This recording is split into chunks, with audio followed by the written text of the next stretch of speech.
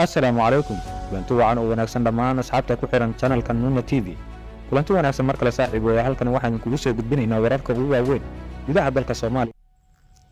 Assalaamu calaykum kulanti wacan oo wanaagsan dhammaan asxaabta ku xiran channelka Nuna TV kulanti wanaagsan mar kale saaxiib weeye halkan waxaan kugu soo gudbinaynaa wararka ugu waaweyn gudaha dalka Soomaaliya iyo caalamkaba qodobada aad ku maqlaysaan wararkeena maanta waxaa ka mid ah madaxweynaha dalka Soomaaliya Xasan Sheekh Maxamuud ayaa diiday inuu caawa dib ugu laabto magaalada Muqdisho ee caasimadda Jamhuuriyadda Federaalka Soomaaliya khilaaf xooggan ayaa ka dhex taagan madaxda ugu sarreysa maamulka Galmudug sidoo kale waxaad maqli doontaan qodobo kale oo waaweyn la wadaag saaxiibada si ay ugu soo biiraan barteennan mahadsanid madaxweynaha Jamhuuriyadda Federaalka Soomaaliya Dr. Xasan Sheekh Maxamuud ayaa codeysi siyaasadeed kala kulmay madaxweynaha dowlad goboleedka Puntland Saciid Cabdullaahi Deni ayaa doonaya in la taageero maamulka cusub ee Khaatuma balse madaxweyne Xasan Sheekh Maxamuud oo waqtigan ku jira dagaalo uma suurtagelayso inuu ku mashquulo dhinacyada Somaliland iyo SSC Khaatuma dagaal siyaasadeed u dhaxeeya Xasan iyo Deni ayaa soo jiitamay muddo xileedkii uu ku guuleystay dalka madaxweyne Xasan Sheekh Maxamuud ra'iisul wasaarihii hore ee dalka Cabdiwali Cali Gaas bishii hore ayuu ku xaqiijiyay dagaal siyaasadeedka Deni iyo Xasan isagoo hadalkiisa ku dooray inaysan labada dhinacba aysan cadayn mowqifkooda siyaasadeed ee ku aadan khilaafkani taasoo keeni karta ayuu ra'iisul wasaare Cabdiwali arrin ku cad daciifnimada dowladnimada dalka Soomaaliya ee ordubka ah madaxweyne Xasan Sheekh Maxamuud oo dhable xisaabtan ku bilaabay ciidanka xoogga dalka xilli lagu jiro dagaalka ka dhanka ah xarakada al-shabaab dibna loogu noqday furmaha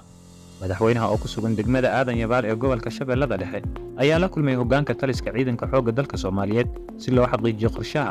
dagaalka ee dalka lagu xoreynayo hoggaanada taliska ciidanka xoogga dalka Soomaaliyeed ayaa la wadaagay madaxweynaha qorshayaal muddo kooban lagaga sifeynaya iyagoo adkeeyay sida nafurnimada iyo geesinimada leh ee habeen iyo maalinba ugu taagan yihiin difaaca qaranka madaxweynaha jamhuuriyadda ayaa tilmaamay in dawladdu ay qorshe cad ka leedahay dhamaystirka baahiyaha ciidanka iyo dalacsiintooda waxa uuna saraakiisha guud ahaan iyo ciidanka kula dardaarmay inay xoojiyaan doorkooda kaga aadan dagaalka lagula jiro al-shabaab dhanka waxaa qayb ka ahaa taliyaha ciidanka xoogga dalka Soomaaliyeed Sarreeye Guuta Ibraahim Sheekh Muxiidiin taliyaha ciidanka lugta ee ciidanka xoogga dalka Soomaaliya Sarreeye Guuta Axmed Aadan Cali iyo hoggaanada kala duwan ee ciidanka xoogga dalka Soomaaliyeed dhinaca kale waxaa jirta madaxweynaha inuu diiday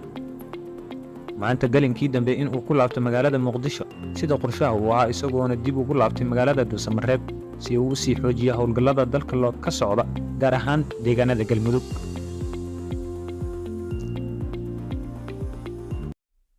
ra'iisul wasaaraha xukuumadda federaalka Soomaaliya mudane Xamse Cabdi Barre ayaa kulan booqasho iyo salaan iyo xog waraysi ugu tagay madaxweynihii hore ee dalka Maxamed Cabdullaahi Farmaajo kulanka ayaa daba socday kulan 31 bish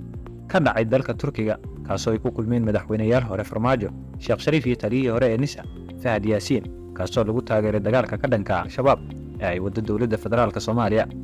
tan iyo sidii loogu guuleystay madaxweynihii hore ee dalka Farmaajo ma jirin isku soo dhawaansho siyaasadeed oo ka dhaxaysay dawladda uu hogaaminayay madaxweyne Xasan Sheekh Maxamuud iyo madaxweynihii hore ee dalka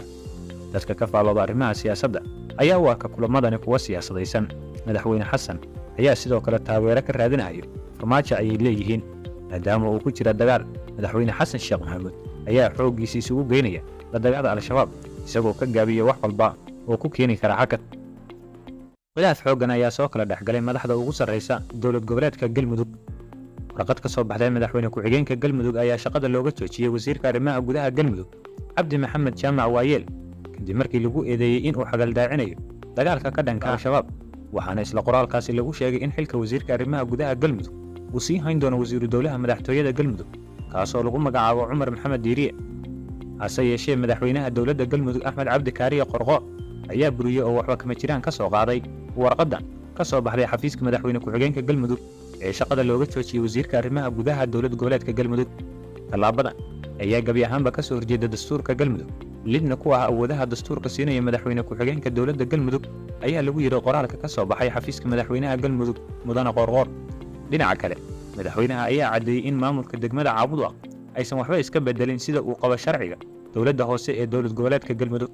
madaxweynaha ayaa faray hay'adaha amniga iyo garsoorka inay waajibkooda ka gutaan cid kasta oo wax u dhigta amniga iyo xasiloonida degmada Caabudu